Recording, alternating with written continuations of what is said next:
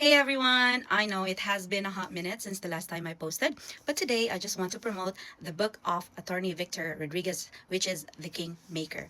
I got my own copy, the hardbound copy, when he visited us in Seoul. So today, I just want to read the foreword of this book, hoping that it would encourage you to get your own copy. So in the foreword, on the left side, we have the picture of Tatay Digong, and the foreword goes like this. It is easy to dismiss this book as one man's self-centered attempt to rewrite history from a self-serving perspective. So what's wrong with that? No historian, no matter how scholarly he subjects his body of work to, cannot completely extricate himself from his own biases and fixations that in turn cast a shadow on it. The revelations contained in this book are graphic recollections of specific events that have been stored in Attorney Rodriguez's memory bank, faithful recollections of what would turn out to be a painful chapter in a surprising twist of fate.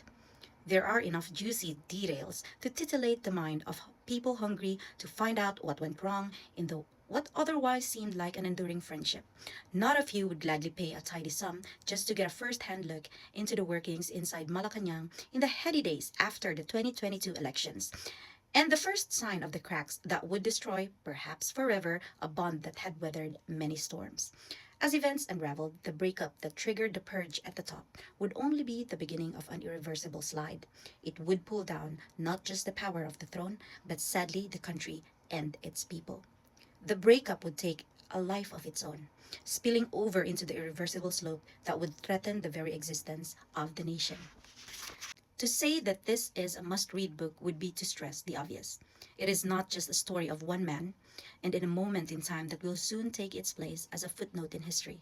Rather, the inside look into Malacanang in the turbulent period is a story in itself that needs to be told so the lesson it teaches would not be put to waste.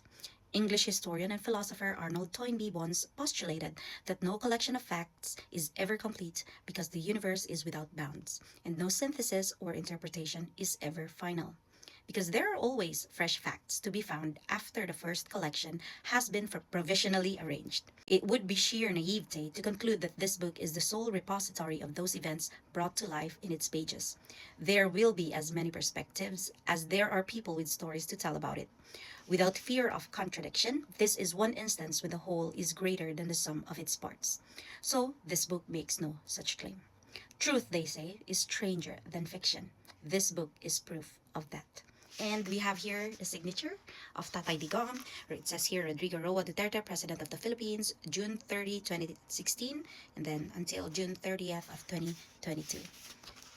If you want to get the first-hand look of the juicy details of what happened in Malacanang after the 2022 election, get a copy of this book.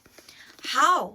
Especially to those who are in Korea right now, Filipinos in Korea, listen, how will you get your own copy? So go to the Blue app and find our page, which is the H&M, Hakbang ng Maisog, HMPY, Hindi Mo Pera Yan, South Korea.